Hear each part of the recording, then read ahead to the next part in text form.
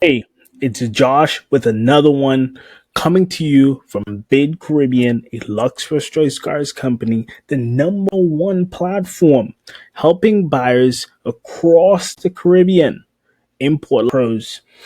We're diving into what are water damage vehicles and should you buy on them so you can avoid costly mistakes, save money, and import with confidence. Now, this is a topic I've heard millions of times. Josh, the vehicle looks good. Why can't we get it? Josh, the water line is very low. Why can't we get it? Josh, this was a fresh water flood. Can I get this vehicle? Josh, the year is so good and the water line, they don't even have a water line on it. It's very good. There's no damage. Why not? I've heard it time and time again. When we look into water damaged vehicles, do we bid on them? Yes and no. We've already done the test for you. And I've purchased water damaged vehicles in the past, and what I've found out is that whether the water level be low, whether it be high, one, you chance the transmission going out. Two, water and fuel already mixed.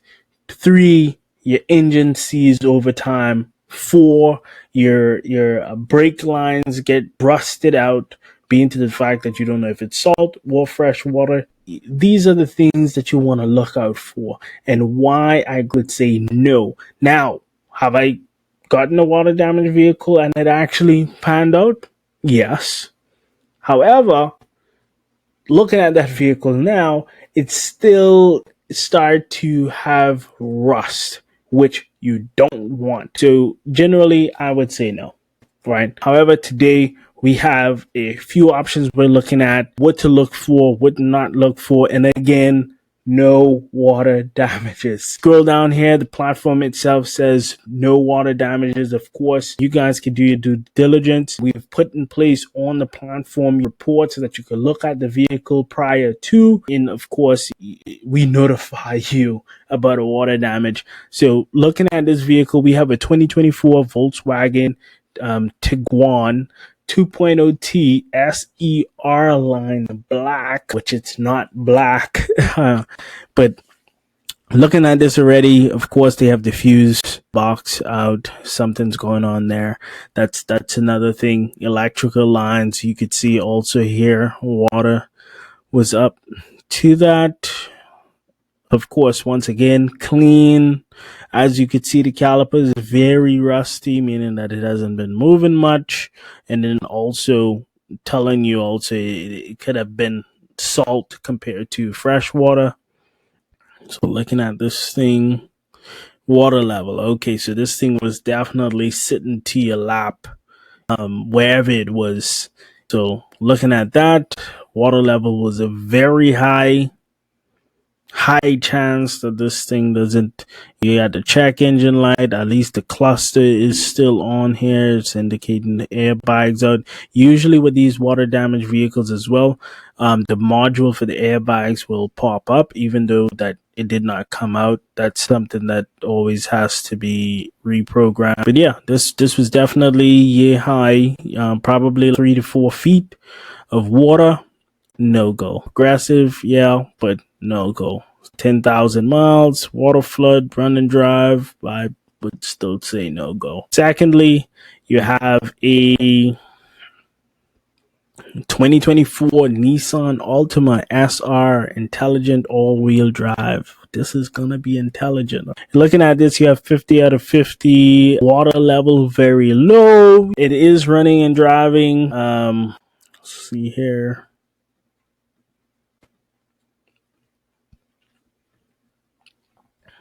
39,000 miles, still brand new again. This is going to indicate water damage. 39,000 miles, really not bad.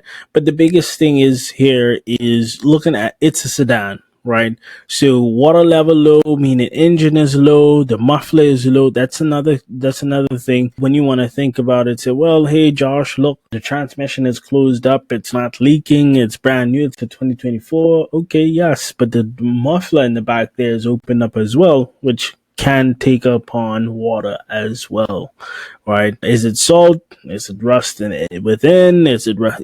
These are the things that you want to look out for. Yes, it looks good up front. Maybe it doesn't touch a piece of electrical, but long term wise, is it rust? Is it fresh water? These are things that we usually tell people you want an in-person inspection for this thing. And even an in-person inspection honestly is not enough, because these auction platforms, Copart, IAI, they tend to allow you to reverse the vehicle 3 foot back, 3 foot forward. That's what they actually do, and say, hey, run and drive. That's why we tell people, you understand the fact that you're purchasing these vehicles, it's an as is state, meaning that there's still possibilities you may find something else.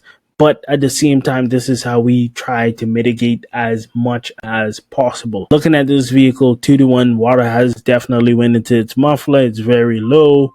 Underneath, possibly is gonna get rusty. I know it's a 2024. However, that is prone to come. And as you can see here, they have gotten this piece up 2-to-1. The water level might have been higher.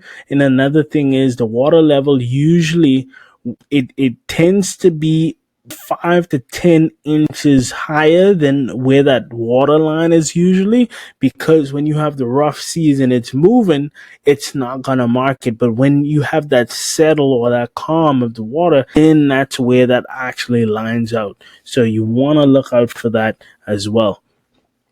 Definitely also a no-go. So you got a 2024. Again, these vehicles are very nice. This is usually what I hear. This vehicle is nice, Josh. I like it. I'm going to go for it. I could only say so much.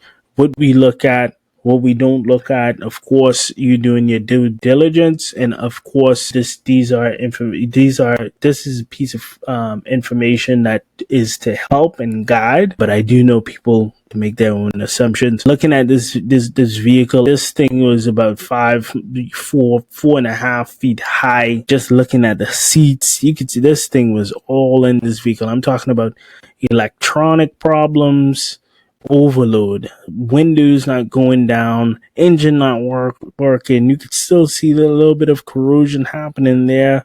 You could see the line here. This whole entire engine was underwater, man. Look at that thing. Calipers, again, you could notice very rusted out, which would be the first thing that you'd see. Yes, guys, it's clean. However, it's a headache.